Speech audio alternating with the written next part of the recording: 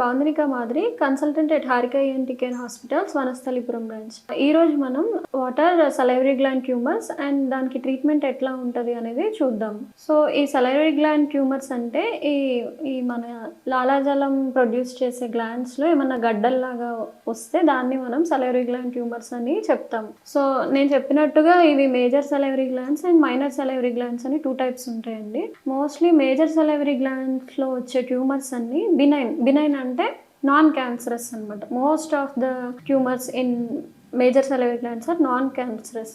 వేరాజ్ in minor salivary glands వచ్చేవి చాలా మట్టుకి మ్యాలిగ్నెంట్ ట్యూమర్సే వస్తాయి అనమాట. సో ఈ బినైన్లో చూసుకున్నట్టయితే మనకి 80% వచ్చేసి పెరోటిడ్కి వస్తాయి and remaining 40-50% submandibular gland and sublingual గ్లాండ్స్లో వస్తాయి ట్యూమర్స్.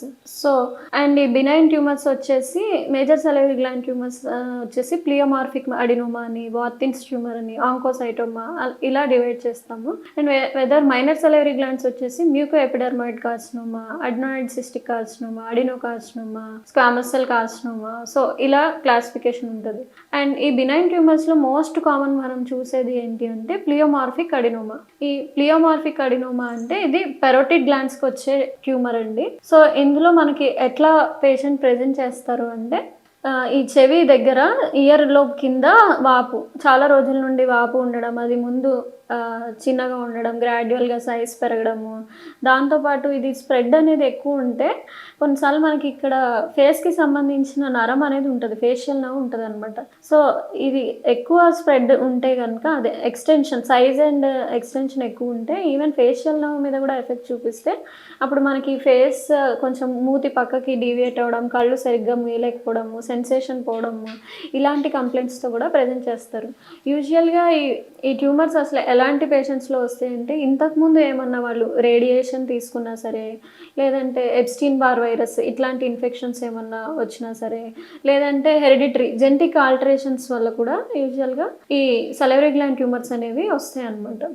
సో ఈ ప్లియోమార్ఫిక్ అడినోమా ఉన్న కేసెస్ని ఫస్ట్ మనం ఎగ్జామిన్ చేసినప్పుడు స్వెల్లింగ్ అనేది ఉంటుంది. ఆ స్వెల్లింగ్ సైజ్ ఎంత ఉంది, డెప్త్ ఎట్లా ఉంది, దాని చుట్టుపక్కల స్కిన్ ఎట్లా ఉంది, స్వెల్లింగ్ అనేది మూవ్ అవుతుందా లేదా, ఇవన్నీ మనం ఎగ్జామిన్ చేసుకోవాలి. అండ్ హిస్టరీ ఎప్పటి నుంచి ఉంది, లాంగ్ స్టాండింగ్ ఉందా, సడన్గా ఇంక్రీజ్ అవుతుందా సైజ్. సో దీన్ని బట్టి ఒక ట్యూమర్ను మనం అది బినైన్ క్యాన్సరస్ నాన్ క్యాన్సరస్ అనేది మనం డయాగ్నోస్ చేయొచ్చు ఈ సింపుల్ క్లినికల్ హిస్టరీ ద్వారా.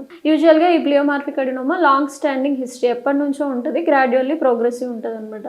సో దీన్ని మళ్ళీ మనం అల్ట్రాసౌండ్ చేసి సైజ్ ఎంత ఉంది, ఎక్స్టెన్షన్ ఎట్లా ఉంది, సూపర్ఫిషియల్ లోబ్ ఇన్వాల్వ్ అయిందా, టెయిల్ ఇన్వాల్వ్ అయిందా, పెరోటిడ్ యొక్క డీప్ లోబ్ కూడా ఇన్వాల్వ్ అయిందా అనేది చూసుకొని depending upon the extent and biopsy FNAC చేస్తాము. ఎఫ్ఎన్ఏసిలో మనకు అది సెల్స్ని బట్టి ఇది క్యాన్సరస్ నాన్ క్యాన్సరస్ అనేది అక్కడే మనకు ఒక ఐడియా వస్తుంది. ఆఫ్టర్ దట్ మనం ట్రీట్మెంట్ వచ్చేసి సర్జికల్ ట్రీట్మెంటే ఉంటుందండి. సర్జికల్ ట్రీట్మెంట్లో ఏం చేస్తామంటే అది సూపర్ఫిషియల్ పారోటిడెక్టమీ అని చేస్తామన్నమాట. ఈ మోస్ట్లీ సూపర్ఫిషియల్ పారోటిడెక్టమీ చేసినప్పుడు మనం ఫేషియల్ నర్వ్ అనేది ప్రిజర్వ్ చేయాల్సి వస్తుంది. కొన్ని కేసెస్లో అంటే డెప్త్ ఎక్కువ ఉండి ఫేషియల్ నర్వ్ కూడా ఇన్వాల్వ్ అయిన కేసెస్లోనే ఫేషియల్ నర్వ్ అనేది కూడా డ్యామేజ్ అయ్యే ఛాన్సెస్ ఉంటుంది అనమాట. So this is the common treatment for pleomorphic adenoma. And మనం మ్యాలిగ్నెంట్ ట్యూమర్స్ చూసుకున్నట్టయితే దానికి ట్రీట్మెంట్ ఎట్లా ఉంటుంది. సో మ్యాలిగ్నెంట్ ట్యూమర్స్ వచ్చేసి మనకు ఫస్ట్ హిస్టరీ ద్వారానే తెలుస్తుంది. Mostly minor salivary gland tumours అంటే ఈ హార్ట్ ప్యాలెట్ మీద కానీ, ఈ టంగ్ మీద కానీ ఎక్కడ ఉన్నా సరే అవి చాలా మట్టుకి మోస్ట్ ఛాన్సెస్ ఆఫ్ మ్యాలిగ్నెన్సీ అనమాట.